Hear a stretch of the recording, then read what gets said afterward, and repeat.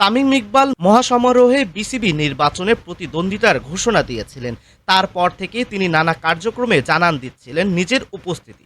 তবে মনোনয়নপত্র প্রত্যাহারের শেষ দিনে এসে তামিম সরে দাঁড়ালেন বিসিবি নির্বাচন থেকে। আজ সকাল 10টা 15 মিনিট নাগাদ তিনি বিসিবিতে আসেন। আজ 1 অক্টোবর মনোনয়নপত্র প্রত্যাহারের শেষ দিন। এই দিনে নির্বাচনে প্রতিদ্বন্দ্বিতা করতে চাওয়া যে কারো বিসিবিতে উপস্থিত মানে নির্বাচন থেকে সরে যাওয়া। বিষয়টা বুঝতে বেগ পেতে হয় না। তামিম যখন এলেন তখনই পরিষ্কার হয়ে গিয়েছে বিষয়টা।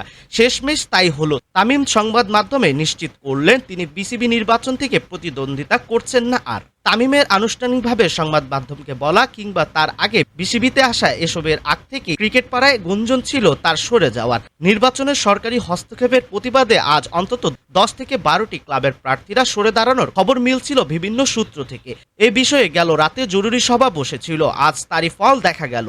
তৃতীয় বিভাগ বাছাই ক্রিকেট থেকে উঠে আসা বিতর্কিত 15টি ক্লাবের কোনো প্রতিনিধির নাম চূড়ান্ত ভোটার তালিকায় অন্তর্ভুক্তির কার্যক্রম স্থগিত করেন হাইকোর্ট। গতকাল বিকেলে আসে সেই আদেশ। এরপর থেকে গুঞ্জন শুরু হয় নির্বাচন বয়কটের, যার পর আজ সকালে প্রার্থিতা সরিয়ে নেন তামিম ইকবাল, সাইদ ইব্রাহিম আহমেদ, ইসরাফিল খসরু, সৈয়দ বোরহানুল ইসলাম এবং রফিকুল ইসলাম বাবুদের মতো আলোচিত প্রার্থীরা।